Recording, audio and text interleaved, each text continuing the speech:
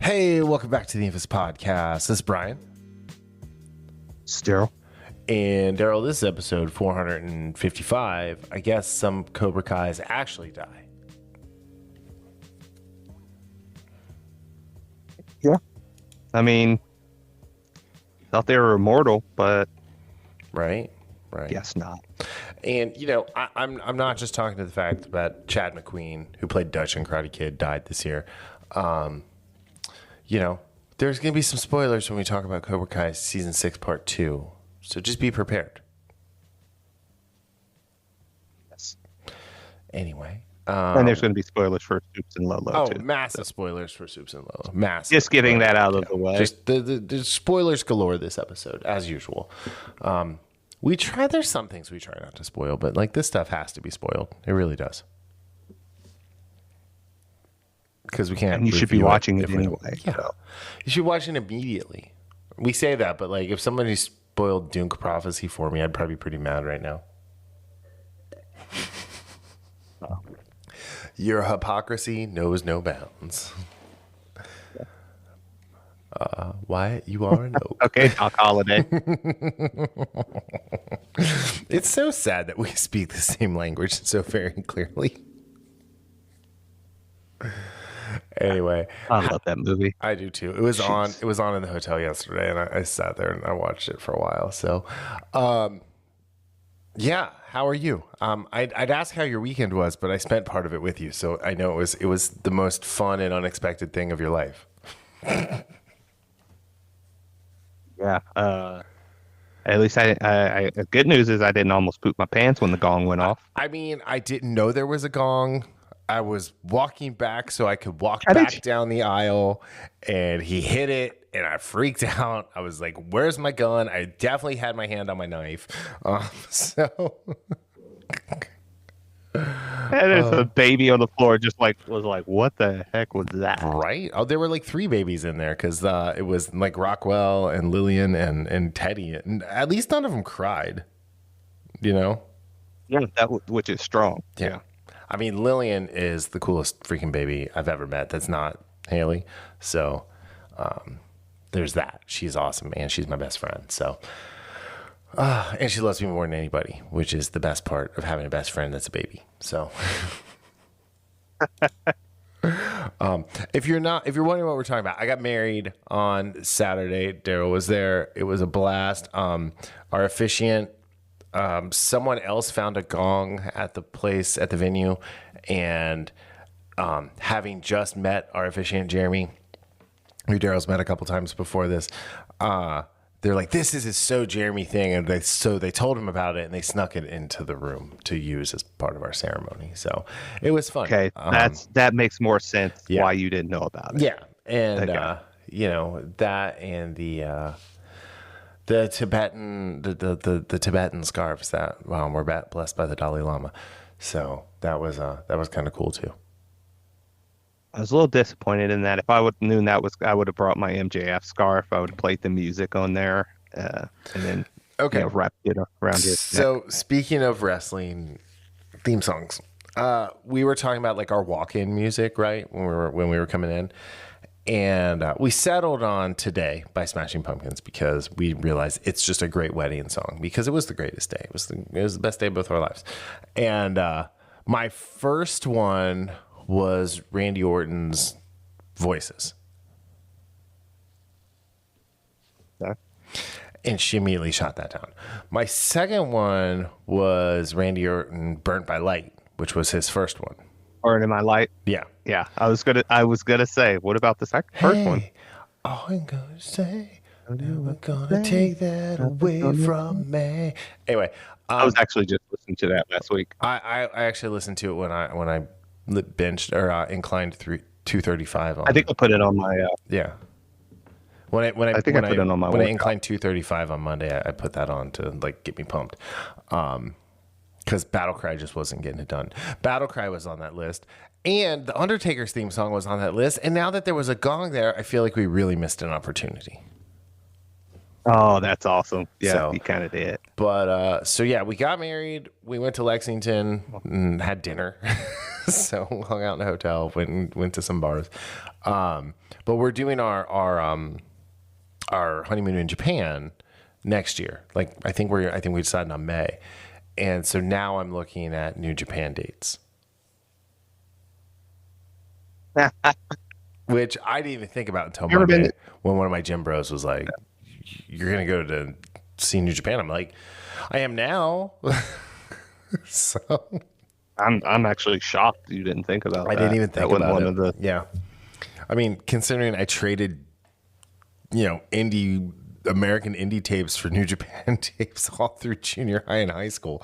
So, yeah. That's hilarious. Yeah, good times. But anyway, yeah. It was fun. It's like very exciting. I'm getting used to wearing a wedding ring again. But my wedding ring is awesome, so I don't really mind it. What was that? My that wedding first ring. part? Oh, my wedding ring is awesome, so I don't really mind wearing it. So I'm getting used to wearing it again. Like I actually have it on. Right now. Where like normally. Oh, so you said you're wearing one. Yeah. Okay. So like previously, I would take it off as soon as I got home, which I'm still kind of doing, but like it's living upstairs. So if I don't go upstairs, I leave it on. But the other thing too is like for the last 7 years of my previous marriage, I just didn't wear it because it was an issue when I was doing the public speaking stuff.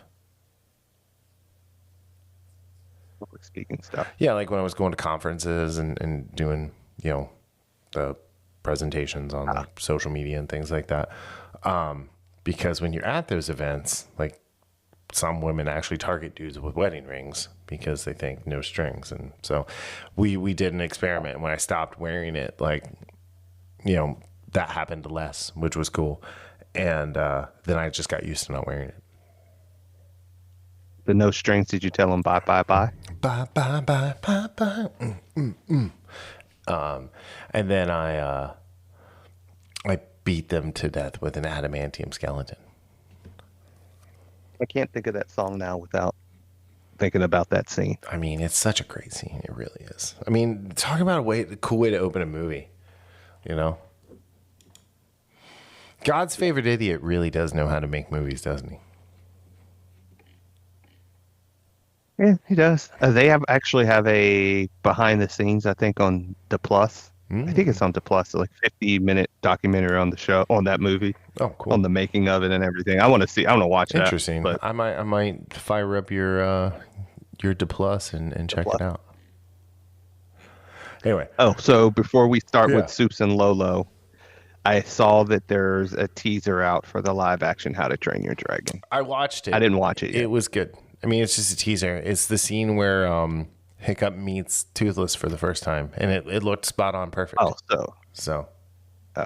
except well, there was no Black Astrid in there. So, and if they don't call her Black Astrid, it's going to be a huge miss. Like that, they should like she's a Viking, right? Like there's Blackbeard, Eric the Red. Just call her Black Astrid. That gets around it. Yeah. Because Black Tom Cassidy, there were so many. Black Tom Cassidy was a Black Irish, so appropriation. Well, I believe that's what Deadpool said. Yes. So, well, he's also gender blind.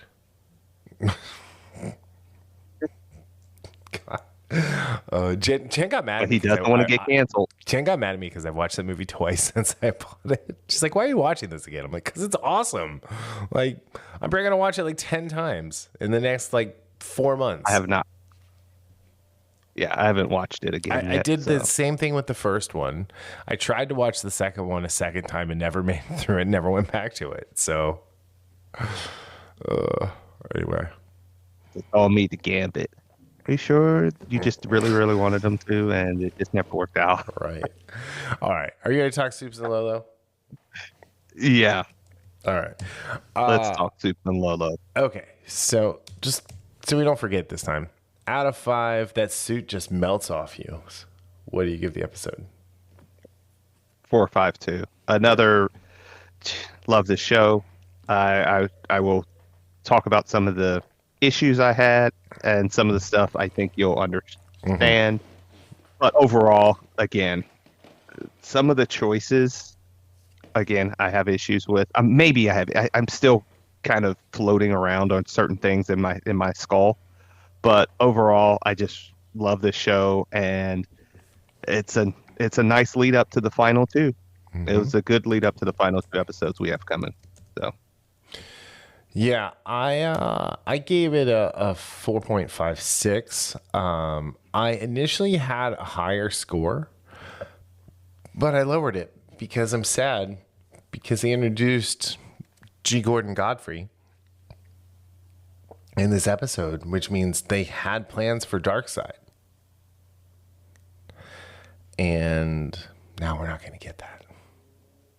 Just like when they've talked about Brainiac a couple times throughout the episode. So I say again, with vigor and hate in my heart, fuck you, James Gunn.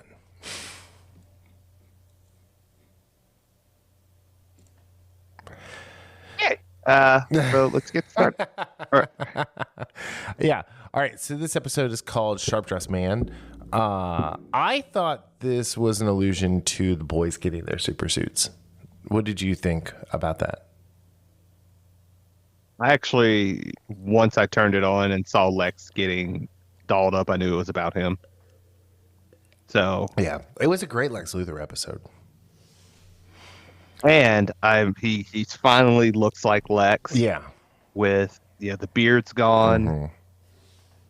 Again, I still have issues, not necessarily with him in this episode, because this seemed a little bit closer towards the Lex that I've wanted. Yeah.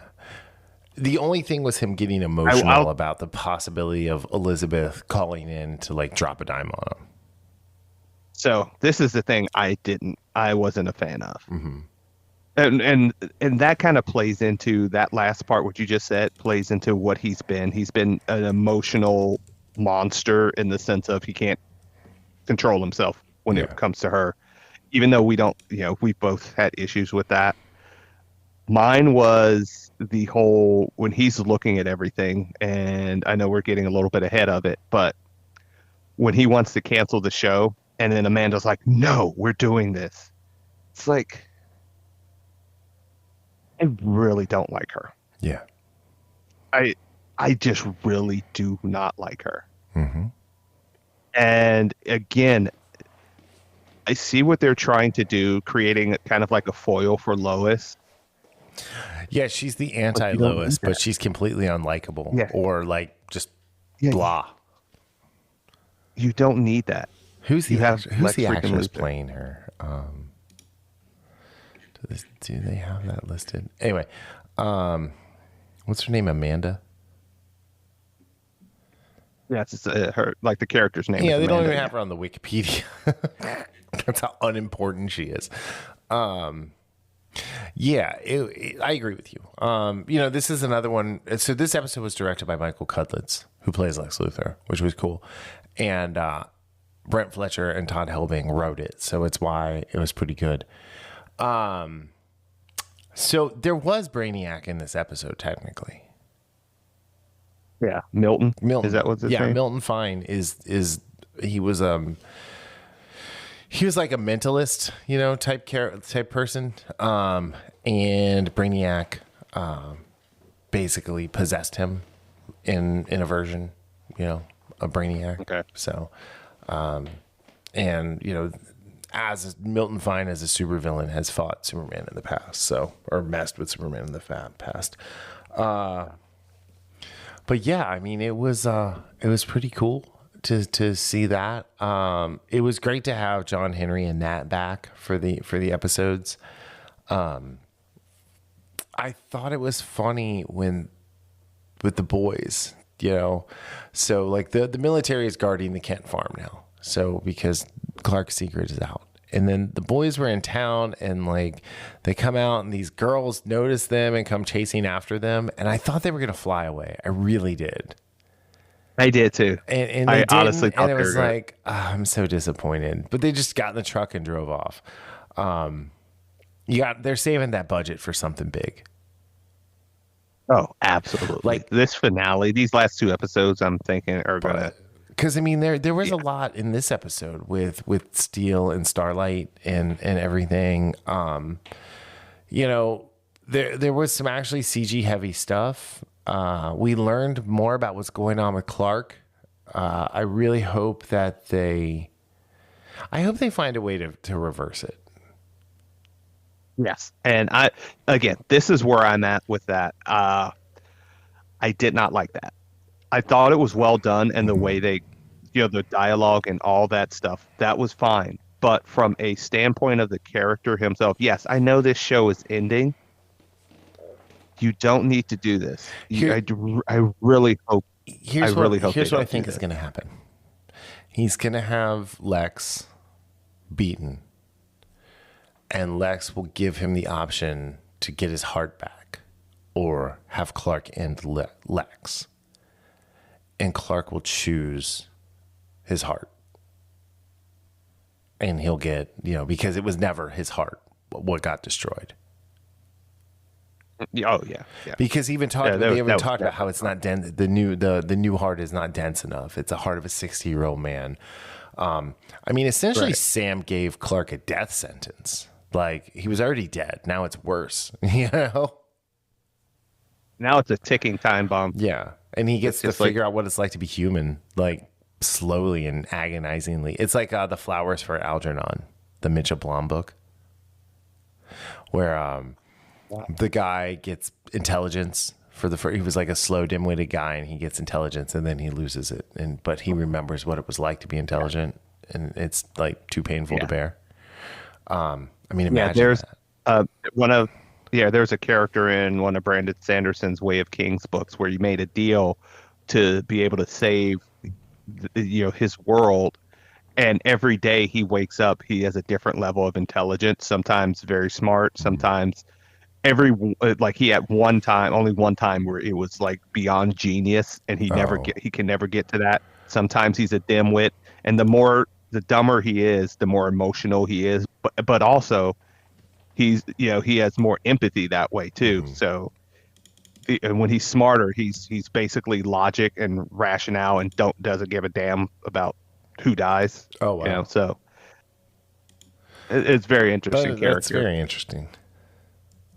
So this episode with Lex, trying to get Lois on TV, mm-hmm. Out of the blue, with no warning, it's pretty much a setup, and she knows it. Right. And this is one of the things I like about this show, is that whether it's Clark, Lois, whomever it is, the main characters or the main supporting characters, people make mistakes, and Lois, her hard-headed self, Clark kept telling her, I think a rebuttal, because Lex mm-hmm. basically calls her a liar on TV and says, you won't debate me, Lois.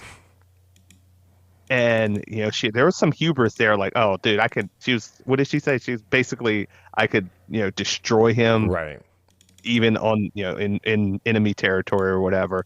Clark keeps saying, a written rebuttal is the thing you do. Because he's like, look, Luthor has something planned. And what does she do? She doesn't listen.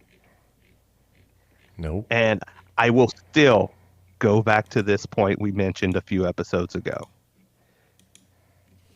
How in the world is Lex Luthor not chained up by the DOD? Right. When he was on a freaking FaceTime with General Lane, speakerphone. Mm-hmm. Everybody hears him say, do it, and then Doomsday kills General Lane. How in the world are you going to tell me that those soldiers could not testify that, oh, yeah, I saw that, Lex Luthor on there? Like, come on, people. Yeah. That's one of those mistakes, one of the few major mistakes I've seen in this show where it's like, we're just going to ignore that this happened? Right. So you really have to suspend the suspension of disbelief. All the suspension, all the disbelief has to be suspended. All this. That's one of those things that nags at me, and so this should never have been able to happen. Mm-hmm. But whatever. Like I said, I did like Lex for the most part in this episode because he was in control for the most part. Right. And that's no other episodes has he really felt like, even though he had a scheme going, he never felt like he was in control. And I don't mean just the situation, but himself. And for the most part in this episode, he seemed like he was in control of himself. And that's the thing for me that's been missing from Lex Luthor. Yeah. So Yeah, good job no, I agree. directing your episode, Mike. Thanks, Mike. You got Lex Luthor right finally on this show. Well, you nailed. How about that? Not nailed. Not just right. Nailed. I like the rough and tumble version of his Lex. I think it's fun. But like this was great to see him go full shaved head Machiavellian evil Lex, you know? Oh, yeah. Yeah, the stuff with Steel was awesome as well. So we had a great scene with John Henry and Clark. It makes me wish Wally Park was a bigger part of the show this season. Ugh. You know, it's just it's sad that they didn't have the budget. Again, this should have been an HBO Max show with a Max budget. This could be the quintessential Superman show if they actually took care of it. But yeah, the stuff with like, because Tyler Hoechlin and Wally Park have great chemistry on screen. Like, I'd be down for like a buddy cop movie from them. I always thought it was Superman funny. and Steel. Well, even just like them to be whatever, just as actors. I also thought it was funny. Like, he kind of looked like his character from Teen Wolf a lot in this episode because he wasn't wearing the glasses. He really, and his 5 o'clock shadow is like really showing. Like, it's like really dark, and they had him in the dark, like kind of the dark flannel and the dark jacket, and you know, it was like, oh. Yeah, I was waiting for his eyes to yellow out. I don't know what that means, but I've only seen like Wolf eyes. snippets of Teen Wolf. It was like, I'm surprised you and Haley didn't talk about that ad nauseum on Saturday. Oh, well, I mean, I watched. I never finished it, so I need to go back and finish because again, I liked it for what it was. Yeah. On a side note, she was like, "You really need to watch Arcane." I'm like, no, I really don't. Dude, it is so good. I'm sure it is. You're just being stubborn now. Oh, actually, that's what she said too, and she told me I'm the most stubborn person she knows, and I said, "You have no idea." But anyway, she's like, so you're missing out on something great just because Darryl wants you to watch it. And I'm like, no, because he pesters me about watching it. Oh man, good times. But you know, back to the show. Yeah. One of the other things I wasn't a huge fan of, but I think it led to one of, like as I mentioned, one of my favorite top 2 scene of this season, and one of my top 10 scene of the series itself. Mm-hmm. But it's the whole Jonathan and Candace. She breaks up with him because of, again, the newfound fame of Jonathan. And again, it's understandable in a way. Like, poor Jamie Kennedy, by the way, through all of that. Dude, why are they ripping on Jamie Kennedy? He's B-Rad. Come on. I gotta say that was pretty funny. Just the whole. Oh yeah. Jamie Kennedy tried to send me a friend request. It's just weird. Where John was like, Jamie Kennedy just sent me a friend request. He was all happy about it. Yeah. So when Nat's suit shows up, I love when she pulled out the vapor lock thing that her suit has that John's doesn't, and it shut it down for a second, but. Yeah. Watching the boys work together, like, again, fuck you, James Gunn. Fuck you hard. Fuck you, you bastard. Because I love the effects of their eye beams. Dude, it was like Smallville, you know, and like Man of Steel. It hurt in Man of Steel. It hurts, you know. That's honestly one of my favorite aspects of Man of Steel is the fact that when he would do that, it hurt. Yeah. Well, I mean, Smallville did it like that first, but you know, let's not give Smallville any credit for being the best Superman show ever on TV. But I guess it's the best Clark Kent show ever. That's probably the better way to talk about it. because he was never actually Superman ever in the show. So we never kind of got through it, but watching that, we were talking about the boys working together. Yeah. No, I know we both went off track. It's but like, why? They have to why burn, can't we have more of that? Yeah, they have to burn Natalie's suit. Mm-hmm. They just like melted to ash. Yeah. Which was in such an incredible scene. Oh yeah, it was great. The CG was awesome. The two of them working together was awesome. The look on Natalie's face, like just the sadness of watching her suit, yeah. Just melt away. Yeah, and I really like what Clark was doing to John Henry's suit to kind of, shut it down. Yeah, and shut it down. Yeah, and then it flies away. And Martin. We knew Lex. He just drops him. Yeah, like he's like, it's like peace. So, but sorry, guys. So we knew Yeah, from the jump that Lex was going to get a suit. Well, we saw it in the preview at the beginning of this season on Superman and Lois. So it was kind of spoiled, but I don't think I saw that actually. It's him stepping into the suit, like him stepping back into the suit. It'll probably be the first thing we see in the penultimate episode next week. Okay. So, yeah, I didn't see that. Yeah. I'm super sad. I'm super sad the show is ending. I'm super mad that this show is ending. And I'm not trying to be pun intended or anything like that. It sucks. There's so much more story they can tell.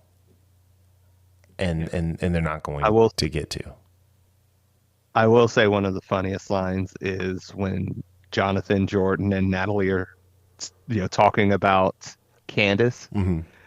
And Natalie's like, hey, you got to go after her if you want, right, Jordan? And Jordan's like, don't look at me. I'm the Costanza of relationships. Right. Like, oh, yeah. Whatever I do, you do the opposite. Right. That's true.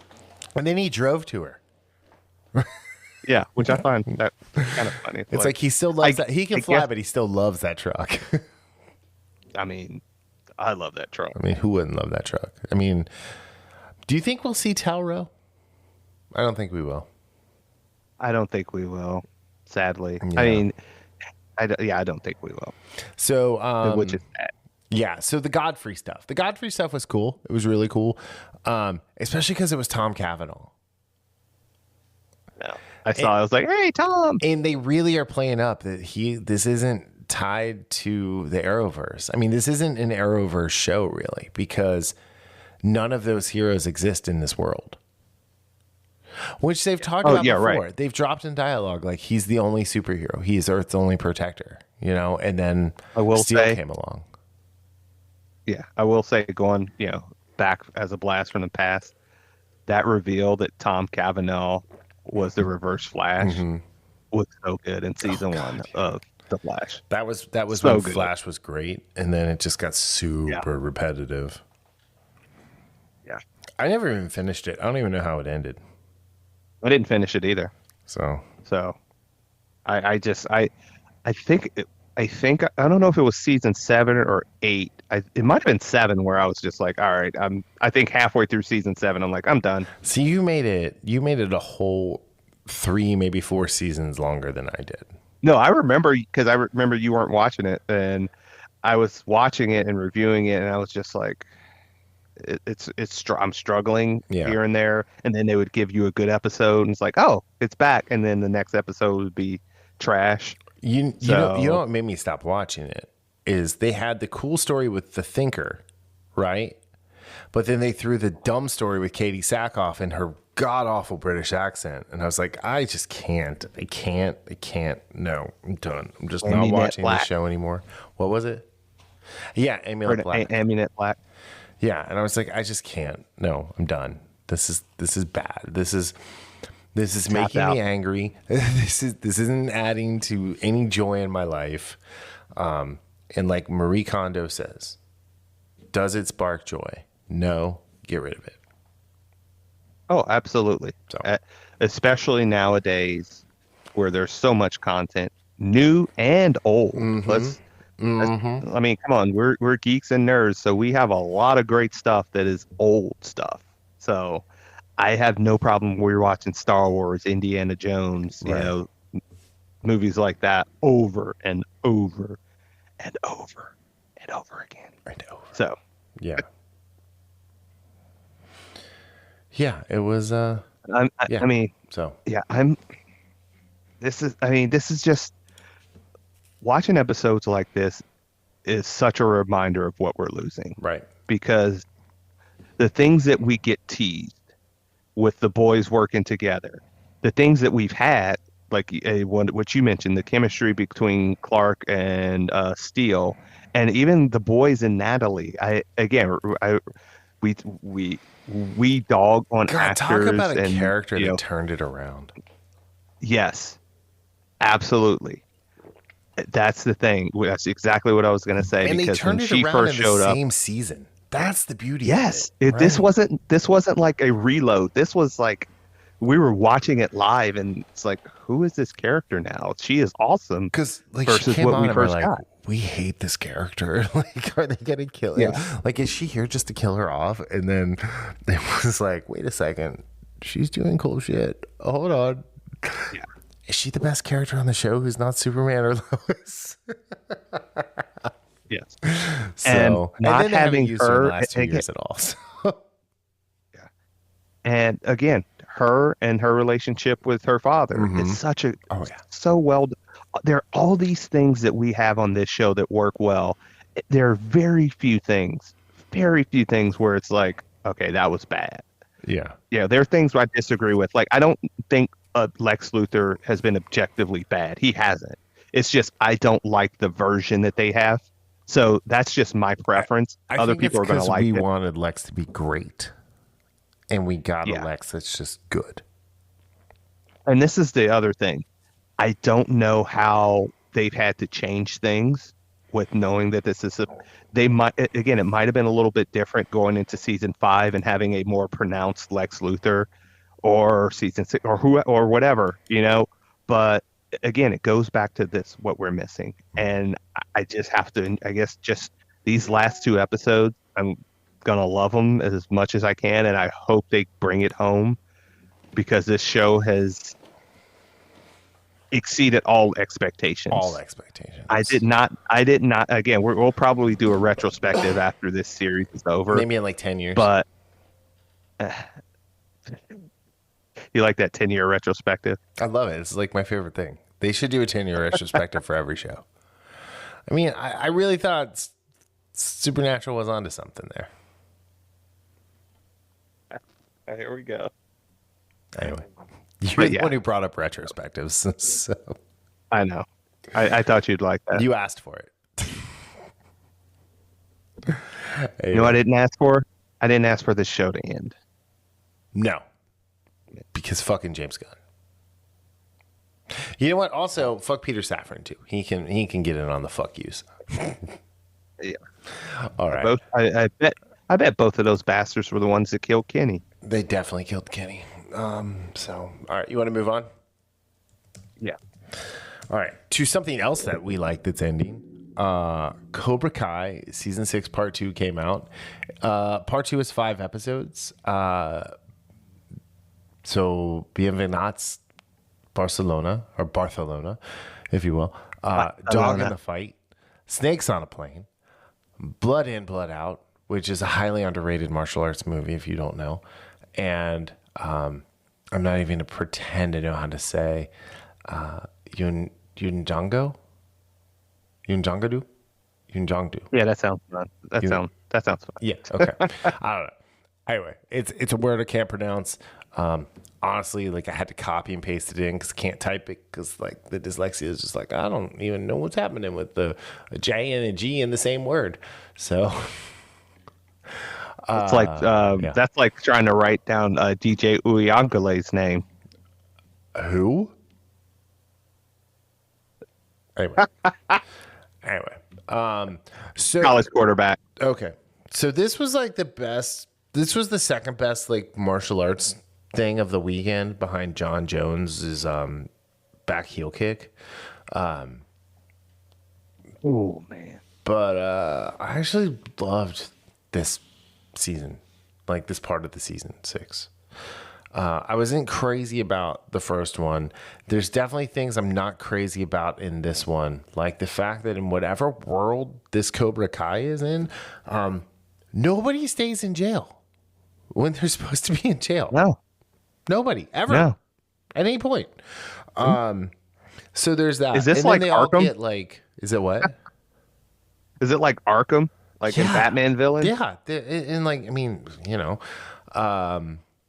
but yeah. So we've got a whole bunch of new teams that we're introduced to, and what do the Miyagi-Do and Cobra Kai's do? They just focus on each other. That was the other thing I didn't really like. Yeah, because like I actually there was an Irish team, there was a Russian team that Burt Baker was one of the coaches for, or senseis for, whatever you want to call it. It was like what was the one team? The guy with the capoeira guys. The dude. Oh yeah, was that? That was awesome. Yeah, the dude who was like Hawk, but his mohawk was a giant ponytail instead of a giant American flag. Yeah. There were so many cool characters that I would love to have gotten more time with. But yeah, okay, so yeah, I will say I understand. This is going back to understanding where characters are and still not liking the decisions that are made for the characters. I understand these are high schoolers. Sure. Which we're having no trouble getting alcohol. But anyway, it's Barcelona, so I don't know what the drinking age is there. But I think it's 18. The whole dynamic, or not the dynamic, but the whole relationship stuff with Tori and Zara and Robbie and Quan was a little much for me because I wanted more, like you said. They could have focused less on that to cause drama, but because the fact that Tori decided to go to Cobra Kai and not tell Robbie, that's drama enough. We don't have to bring in the martial arts, the Iron Dragon gal, and Robbie is seen coming like still drunk coming out of her room and not know you. We don't know exactly what happened because I don't even remember what happened. You remember what happened, Robbie? You do.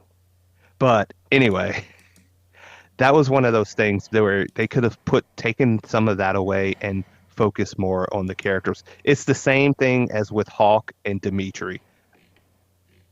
I'm over Dimitri. I've been over Dimitri for a while, and two, it doesn't. I don't care for him in the sense of not just his acting or his character, but they could have used that time for other stuff, for developing other characters. It's again, I still liked it. Don't get me wrong.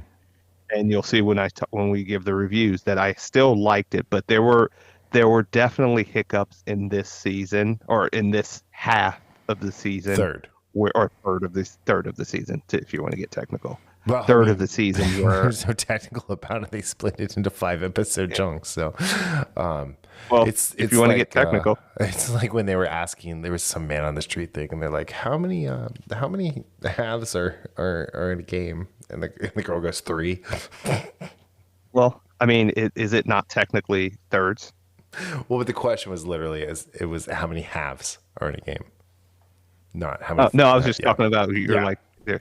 Oh no, yeah, I get it. If it's true, it's technically true. I guess so. So, 3 plus 3 is 3 is now an even number. I mean, unless you're saying Avatar is not a anime, which is technically true, but in spirit, it is absolutely an anime. Do you really want to re-adjudicate this? I mean, I can pull up the website again. I have it probably bookmarked. No, I did you not hear what I said? I said technically it is true, which means factually it is not an anime in the sense of the technical term anime, but in the spirit of an anime, it is absolutely. Don't Japanese people and Korean people like really dislike each other? Well, I'm just saying, like Avatar was drawn in Korea. well, I mean, it could Anyway. be a manhwa then. Anyway, so they get to Barcelona. They get their rooms. They get to the thing. They learn about what's going on, and like they're taking the students on a field trip. The masters and senseis are getting to meet with sponsors and things like that. A little networking gathering. So we learn about like some of the more teams. We get to see some of the Iron Dragons and things like that. But then, the thing you hated the most is when Chosen shows up drunk because Kokomo, as Johnny calls her, Kumiko, as the rest of us call her, had some, dude in a towel visiting her. And he never even like talked to her. He never even got to like know what was going on. It could have been like a one night thing. Who knows, right? But instead, he throws the flowers down and he goes back and gets drunk and ruins everything for Miyagi-Do in front of the sponsors. That was dumb. That was really dumb. Yeah, I agree with that. I will say this. Yeah. So, yeah. Just in general, there were some cool ass scenarios. Yeah. That they had in these fights. Well, like when that they were was at when they were at the aquarium and they were like seeing who could kick the highest, right? Like in little 5'0" nothing, 100 nothing pounds, Robbie Keane is like, I got this. It's like, dude, Hawk is actually your best kicker and probably jumps high. He can jump over your head. I think you might forget the fact that one time he needs you in the middle of the forehead. Which I could understand why you forgot it, because he needs you in the middle of the forehead. But yeah, it's that kind of stuff, right? Like Robbie was a horrible captain. Like I hated the choice of Robbie as captain. I still hate the choice of Robbie as captain. There is one true Karate Kid now, and his name is Miguel Diaz. And it's a shame it took until episode 7 for Miguel to actually like start to get some shine again. And he really showed out finally, like you said, because he's been the back burner for the better part of a season and a half, it seems like. Yep.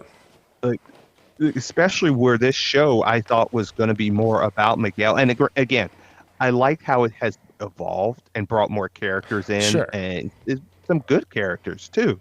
It's just that at the expense of Miguel, which, speaking of Miguel, going about another thing that was unnecessary for drama's sake, and then they did the Game of Thrones fast travel, is going back to California from Barcelona to see his mom, who was in the hospital. I mean, it's only like a 15-hour flight. And if you look, they somehow got a direct flight from Spain to LA. That flew over the entirety of the United States. That plane is landing in Detroit. They're hanging out in Detroit for a couple hours. That plane is landing in Atlanta or in LaGuardia. They're not getting all the way to LAX. And then, they've got to sit through customs for like 4 days. It's just, yeah, I'm right there with you. And again, it would have been, but hey, they found passable. Kenny. Or yeah, it would have been well. This is what I was going to say too. It would have been passable if they would have just stayed there, even though I wouldn't have liked it, because again, you can't take Miguel out of this thing. Right. You just can't. If they would have I thought they were just going to do switcheroo with him and Kenny, and be like, okay, there we go. But then they fly back. It's like, but they had Kenny when they flew back. And they had Kenny with, yeah. All right, so we're jumping ahead a little bit. Let's back up for a second. So Daniel is so preoccupied with Mr. Miyagi and the bloody Sakai Kai Tai. Wait, did I do that right? Sakai Tai Kai? Sakai Tai Kai. Yeah. So I said it right the second time, not the first time. Times fast. Sakai Kai Tai. Sakai Takai. Anyway, but he's so preoccupied with this. He's like, do you know about this? And then, of course, that opens it up to him getting taken advantage of. And he doesn't listen to anybody, and he goes off on his own. He doesn't even speak Catalan, and which I thought was funny that none of these idiots realize they don't speak Spanish in Barcelona. And he goes and he gets captured. And the coolest thing about him getting captured, which we learn later, is he was captured by Dennis. And if you don't remember Dennis was one of Mike Barnes' henchmen, along with Snake in Karate Kid 3. And not only was it Dennis, but it's the same actor, William Christopher Ford, playing Dennis. This show does fan service as well as any show I've ever seen. In a way it is the greatest fan service show that is an actual story of all time. It's just great. So again, it's not one of those. It's one of those shows that you see and you roll your eyes, but not because it's stupid, but because you're like, I can't believe this actually worked. Right. And they do it time after time after time. Yeah. Yeah. It's, to me, that it is incredible that they're able to continually do this and pull these people out of, like, these characters that nobody's thought of in 25, 30 years. And then you see them and you're like, oh my goodness. Like the flashback when they show that flashback of him. Oh yeah. I'm like, no way. Yeah. No freaking way. Yep.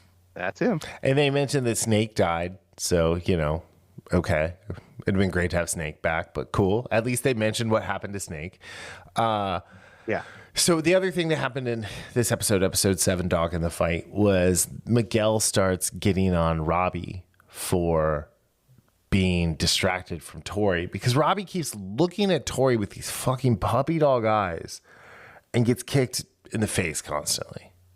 It's like, he's definitely got CTE after the first round. Like, definitely.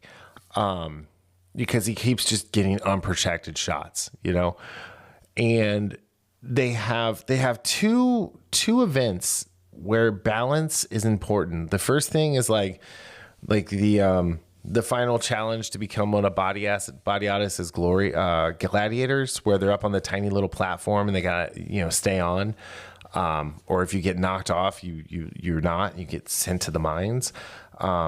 And then the platform thing, which was actually really cool. But like, what do the Miyagi kids train at the most? Balance. They all should have literally been unstoppable. And Devin got knocked off in 10 seconds. Yeah.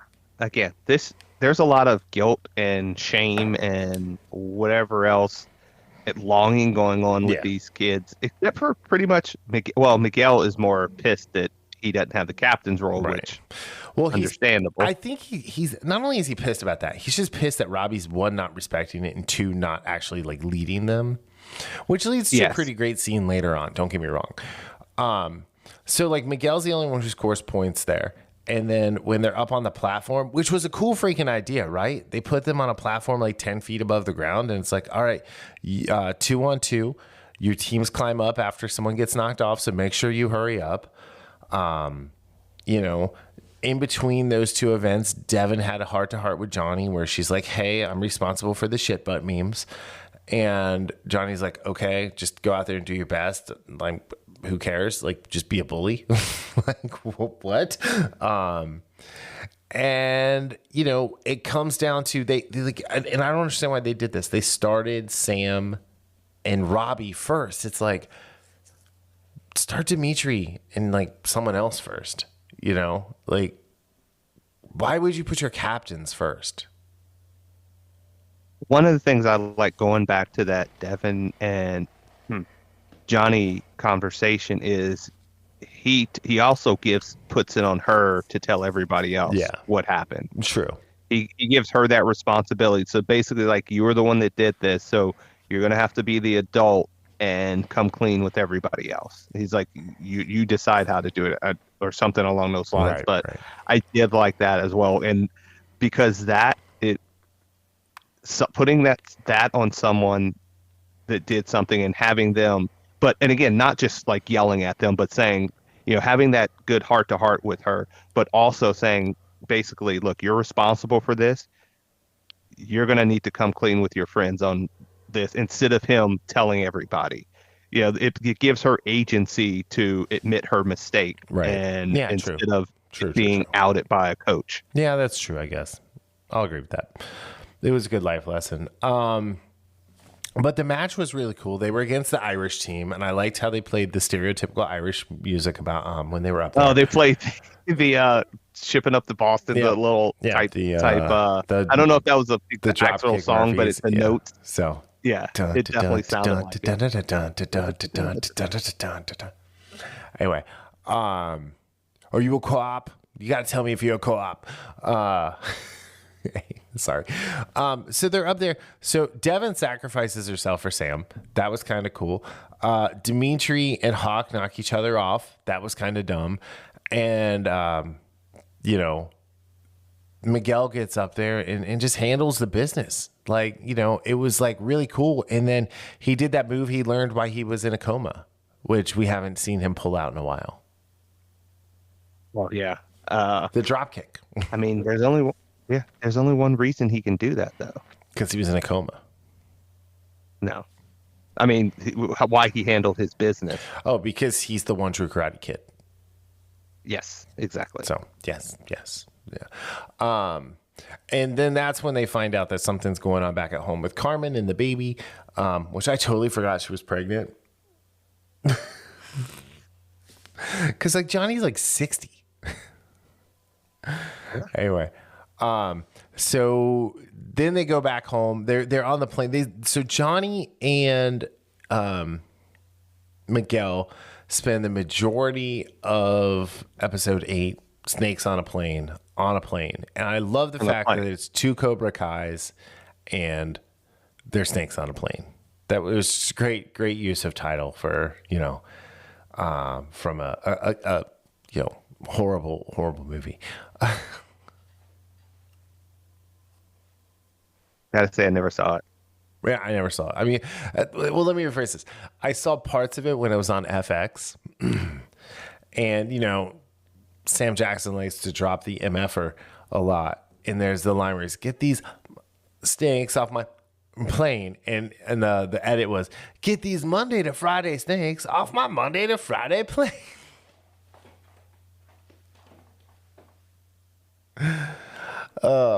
Good times. Anyway, so they're on there. There's some rich, fat, white guy, who's like, I'm in first class. I'm better than you, blah, blah, blah. Like, just stupid. That the only good thing that came of that is it brought Johnny and Miguel back together, and Miguel knocked him the fuck out instead of Johnny knocking him out. Yes. That was the only good thing that came about it. This is where we get the whole Zara with Robbie. But first, Zara is dancing with Dimitri, and Moon calls Hawk, and he inadvertently shows, and like he realizes his mistake right away, right?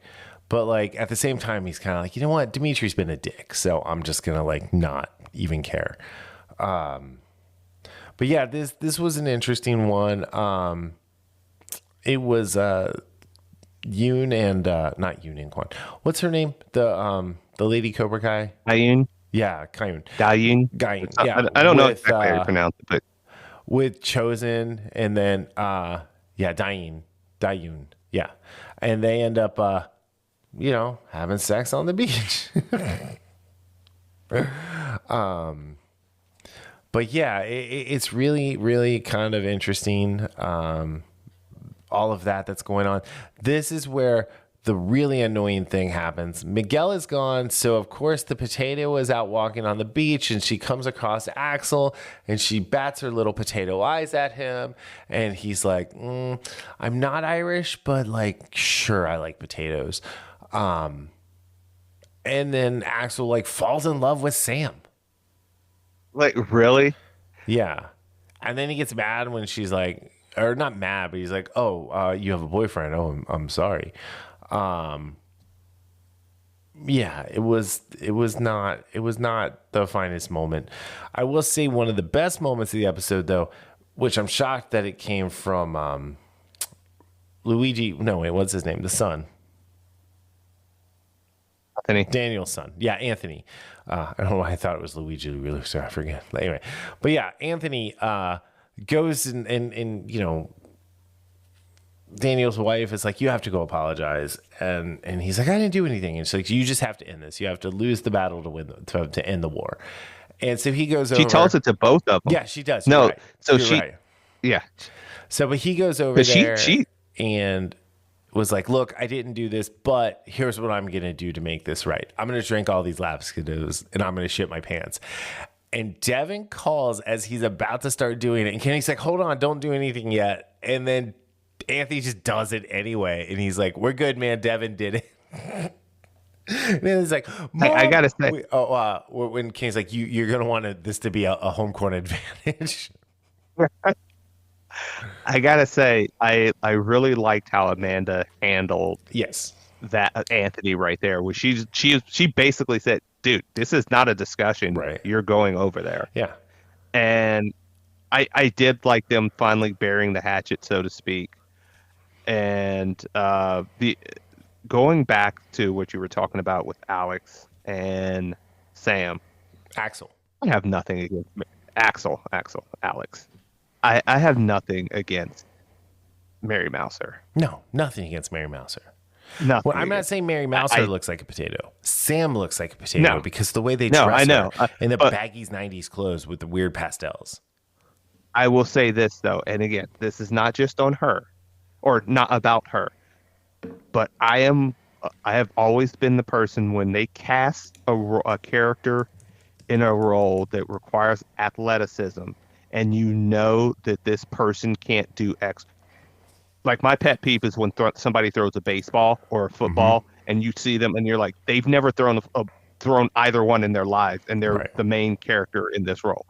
No, do not get that person for that role, or do some magical BS with, the camera work and the stunt double, so it doesn't take you out of it. Every time Sam is performing martial arts, it looks awful. Every time she runs, you can tell she is not an athlete. Right. To be fair, if you go back to Superman and Lois, if you ever watch Alex Garfin run, Jordan, it's hilarious. It's one of the funniest things. It's awful. It's why I actually like Kevin Costner sports movies. Like, have you ever seen For Love of the Game? One of my favorite movies. Right. One of my favorite sports movies of all time. When he's pitching, it's like, I think he played minor league ball, right? Like, he's got an amazing arm. Like when he's Crash Davis in Bull Durham, he knows how to catch, whereas you look at the other side of that with, what's his name? Tim Robbins. Tim Robbins does not know how to throw a baseball. Which is why they Charlie Sheen, why they did the Fernando Valenzuela thing with the breathe out your eyeballs, and anyway, Charlie Sheen. You know why that works is in Major League, because he played baseball, right? And again, that is just one of those things where if it's in a show or in a movie, it doesn't matter. At least put them in a position where they don't look like they have the idea that Sam could compete with Tori or Zara, or let alone Zara. Yeah. It's a little bit too much of a suspension of disbelief for me. I mean, plus here's the other thing too, is like we've been watching Raina, like Zara, Raina Van Landingham on like do martial arts for a couple of years now. Like she was not new to us. It's not like, who's this girl they brought in? No, she does these badass like things. She's like a 10-time world champion. She's a black belt in multiple things. So yeah, you're absolutely right. The other thing in this episode is they jet pack all the way to LA, And they get to Carmen's room and there's just blood there. And they're just like, oh my God, they're all dead. They're all dead. And it's like, she gets wheeled in. She's like, I'm fine. It was just something.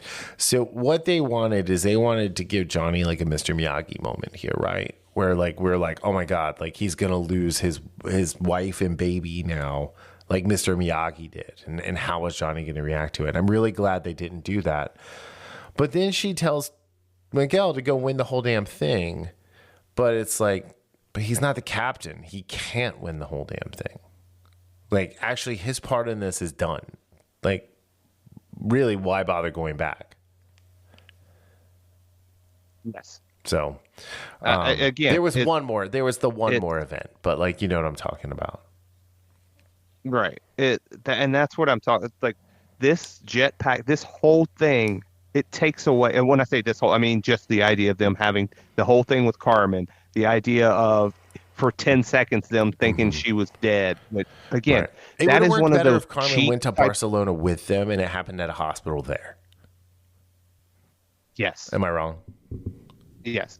Absolutely right. So again, it's one of those things where we're talking about all these cool new characters that we could have gotten a little bit more from, but we don't because they focused on too many things that didn't bring a lot to the story. Right. Like, I'm sorry, the Dimitri and Hawk thing should have been done in part 1. Oh, completely resolved. They should have. It should have been, and it's not. So well, it is at the end of the season, but yes. Yes. But to finish off this episode, we get the surprise of surprises, as you mentioned. Nobody stays in jail. And who do we get? A guy who should be in jail, Terry Silver. Oh, since he's like not in jail. He's just hanging out. Like, he's just hanging out in Barcelona. So, and we also find out that he owns the Iron Dragons dojo. Yeah, which we forgot about the introduction of the Iron Dragons in the protect the egg, don't let your captains get knocked out challenge. When they came in and like the dudes took a knee against Cobra Kai, and then the other 4 went behind the captains, and then Zara and Axel just went through Cobra Kai like they were tissue paper. Yeah. Yeah. So then we go into the penultimate episode 9, Blood In, Blood Out, which if you haven't watched, it's a highly underrated martial arts movie. Go check it out. We has Ken from Street Fighter in it. Yep, correct. We jump back to 3 months prior, and Silver got out on charges, and he's drinking in a bar in Thailand. And Wolf is there, having just lost his dojo, kills a dude in I guess a mixed martial arts match. And again, no jail. I guess the plot armor from Mortal Kombat carried over to Louis Tan in this episode. Carried over. So that's how the episode opens, and then they're like, we're gonna go and you're gonna humiliate Miyagi-Do during the Sakai Kai Tai. And it's like, okay, and then we get the Cobra Kai logo. Now we're back. Johnny and Miguel and Kenny come back. And Johnny they're gonna replace Devin with Kenny because, she apologizes, they become friends again, whatever. But then automatically, Deshitri and Hawk are like, we can't trust him. He's a spy. It's like, oh my God, you people are so tiring. Yeah. Yeah. So we didn't even talk about the shit butts memes. No, we don't need to. We don't need to go there. Anyway, it was funny. I mean, it was like it's something high school kids would definitely do to each other now. Well, absolutely, yeah. But so there's that. They go through their first like battle, and it takes a minute for them to like kind of like come together at all. Yeah, I don't know. This is the one where Daniel has like because he learned that Miyagi killed someone in the Sakai Taikai in the 40s. And so, he's all weirded out about all this stuff anyway. But they try to mess with Silver through messing with Kreese. And they Chosen steals Kreese's knife. They put spa tickets in there, So that's all going down. And, it's just that Tori confronts Robbie and he's like, we were on a break. Plus you were with Quan. And she's like, I wasn't, you dummy. And it's like, none of that should have been in any of it because all of the cool ass karate shit we didn't get enough of because of that kind of stuff. And that was my issue with a lot of what was going on here. Like you mentioned with this episode, the whole Kenny is a traitor and is sowing seeds of distrust. It's just give me the good, cool, ridiculous fight scenes. Yeah, because that's all I want. Plays Kenny, crazy athletic, right? His growth spurt from a couple seasons ago when he came back last year, everyone was like, who is this kid? Like, really? All of a sudden, he's 12 inches tall. He's an entire foot taller than Robbie. But Miguel has like the heart to heart with Robbie here. He's like, look, if you lead, we'll follow. Even I'll follow, right? Showing Miguel's a real leader here. And they go to the elimination round and they end up against Cobra Kai and, it's really cool. And then Robbie has a kick-ass moment there when he's fighting Quan at the end and he's doing to Quan what Quan was doing to the kids at Cobra Kai where he was like blocking their kicks with his foot and stuff like that. That was freaking cool as shit. And then Robbie gets the win, so they get to go on. And I don't know if it was in this episode or episode 10 where he's like, we finally beat Kreese or whatever. And Daniel's like, I did that back in 1984. Yeah, that was great. Or he goes, we finally beat Cobra Kai. That was a good line. And Daniel goes, I did that back in the 80s. It was like, oh my God, it's awesome. Yeah. But I mean, again, also, this should have been like an amazing episode, and it was just like too much of like not like staying focused. Yeah, and in a prop standpoint, Kreese's knife, and I don't know if that's pronounced Yunjando. Anyway, yeah, that is the least intimidating butter knife that I've ever seen. Because it's like a screw-off knife too, and he like has to unscrew it, and he's like, shh, shh. It's like, all right, you unsheath your blade without getting it bloody. Do you? I mean, you obviously have no honor. So then we go into the last episode, and it's the final 2-on-2.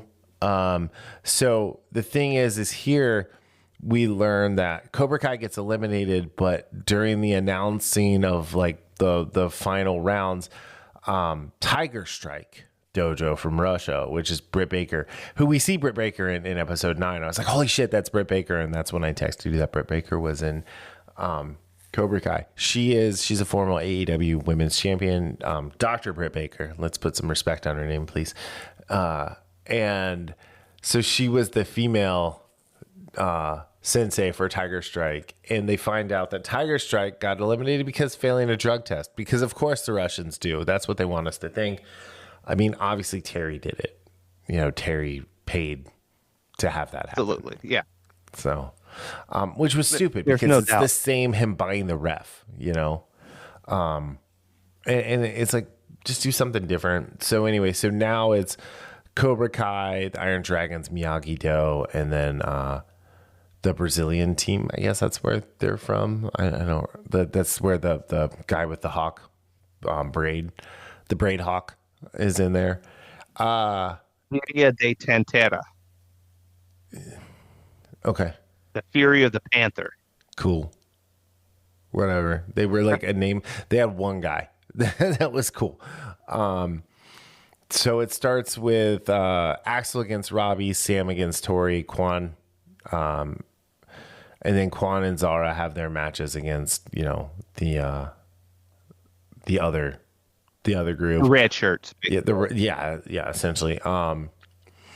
And they win handedly, and it was a really cool thing because it's 3 minutes, just like a normal like tournament fight, but there's no stoppage. You can just keep scoring, and then it's 10 points for a knockdown and 20 points for a knockout. And Quan knocks Braidhawk out and goes from there. And then Zara knocks out her girl or beats her girl.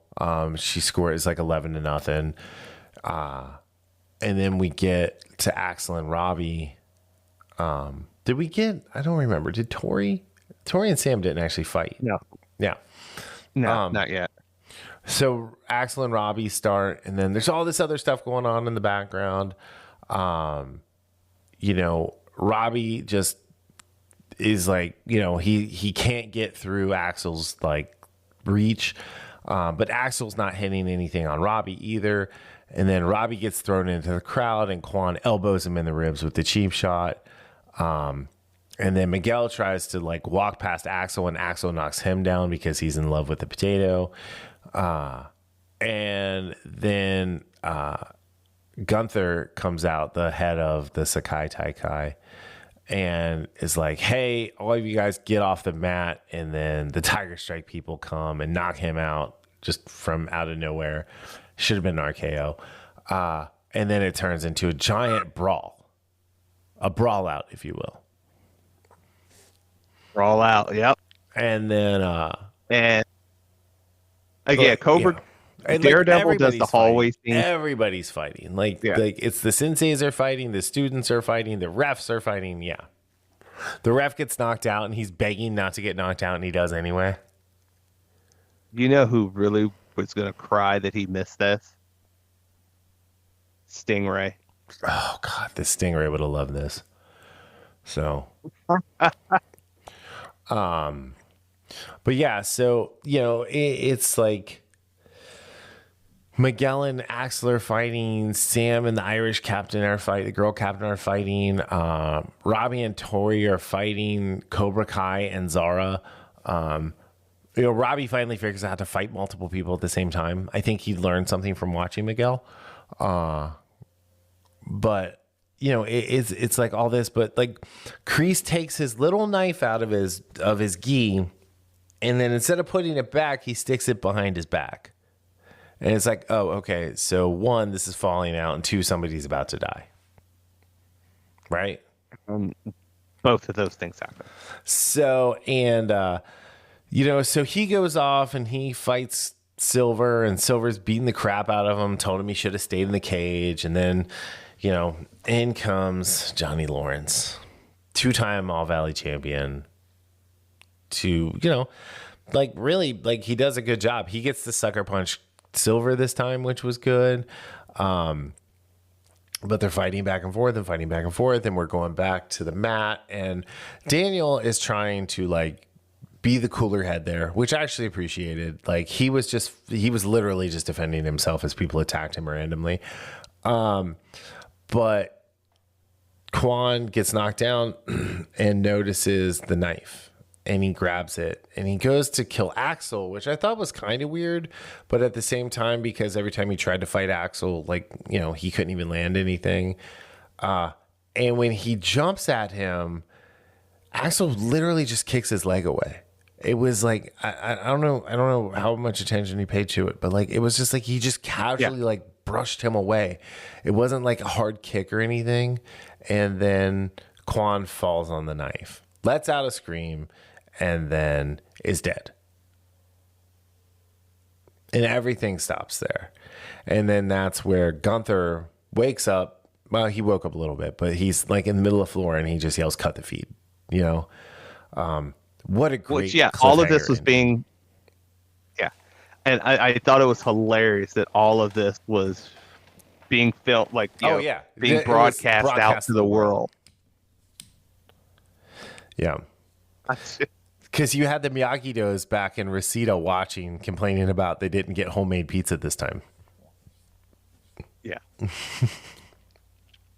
But here's the thing: is like there was so much cool karate from these competitors and stuff like that I almost like the story should have taken a little bit of a backseat. There were too many. There wasn't just an A and B story. There was an A, B, C, D, E, F, G story. And like we probably could have gotten rid of like most of them and just had an A, B, and C story. 100%. And again, that goes to my issues, and that's why even though there were things like from a martial arts standpoint, especially the competition, I like more than in part one. Yeah. Like the superfluous stuff that they had that was unnecessary, storylines that came from part one that should have been ended in part one, new storylines that don't go anywhere or don't need to go anywhere. That's why, I have this down from a rating standpoint, which I know we didn't give our ratings yet. Yeah, we will. Again, still good. I will still absolutely rewatch this, like all these episodes. So again, when I say I'm disappointed, it's because this show since season one has consistently been exceeded expectations. Right. And when your expectations get that high, even when you do what most shows would call good or solid, it's a disappointment because of the quality. It's like going back a few weeks ago with Superman and Lois. I'm not sure with episode 4 or 5, where far and away both of us had it was the lowest rated show of this season so far. Probably one of the lower rated shows we've had with that show. Right. Wasn't bad, but if you compare it to everything else Superman and Lois has done, it was a disappointment. Right. Just like for me, this is still good. These episodes were still solid. But again, there was too much stuff where there's too much fat on it. Yeah. And you could tell like that. Those are the storylines we're just talking about that don't work or aren't necessary. That's what we call it. That, the trimming the fat. There could have been a lot more, more in depth about, like you said, we could have seen a lot more of the martial arts stuff and the interactions between competitors, other teams, and our heroes. Right. During we the could have tournament, seen more of the one true having kid Miguel Diaz.